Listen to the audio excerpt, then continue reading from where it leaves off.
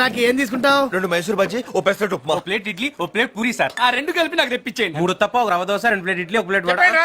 అన్ని చెప్పండి, క్యాంటీన్ లో ఉన్నాయని చెప్పండి. ఆయన ఏదో మొహటో కోసం అడిగితే అన్ని ఏకర పెట్టేస్తున్నారు. సిగ్గుండే కదా. కూల్ కూల్ రాకి. అది కాదు నాగా, వీళ్ళు దుబాయ్ వెళ్ళడానికి వచ్చారా తినడానికి వచ్చారా?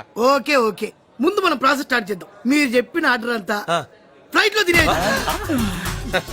అంటే మేము డైరెక్ట్ గా ఫ్లైట్ ఎక్కి వచ్చి నాగలింగం గారు. మీరు వచ్చింది ఎవరితోటి? నా రాఖీ తోటి. Thank you sir. నేనే నీకు థ్యాంక్స్ చెప్పాలి రాఖీ. నువ్వు ఉండబట్టి రిస్క్ ఇంత ఈజీగా చేయగలుగుతావు. రిస్క్ ఏంటండి? రిస్క్ కాకపోతే ఫ్లైఓవర్స్ కింద ఉండాల్సిన డైరెక్ట్ గా ఫ్లైట్ ఎక్కించాలంటే రిస్క్ కదా. సార్ మీరు సీరియస్ అవునంటే ఓ డౌట్ అడుగుతాను. మళ్ళీ డౌట్ ఏంటి డౌట్?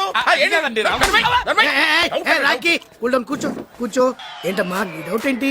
దుబాయ్లో మేము ఏం చేయాలి సార్? ఇసుక అమ్ముకోవాలి. ఇసుక అమ్ముకోవాలి. అసలు నువ్వు కడుపు అన్నం తినవా, అనుమానం తింటావా? రాఖీ ఎవరికైనా అనుమానం సహజమే. ఉండే. ఇదిగో దుబాయ్ వెళ్ళగానే మీ అందరికి తలో 3 బాయిలు ఇస్తారు. పెట్రోల్ బావులయ్యా, తోడు కూడా అమ్ముకోవడమే. అమౌంట్ మ్యాటర్ అది. ఎంతండి?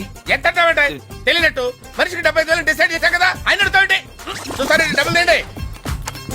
అంతేనా? నాగలింగం గారు ఆగండి. ఆగమంటావేట్రా? భగవాన్ అత్యాగారితో సాధు పిచ్చాగారేగా. కోపడకండి రామకృష్ణ గారు, ఈయన మీ ఫ్రెండ్ కదా, మీ చేతుల మీదకి ఇప్పిందామని. Thank you Rakhi.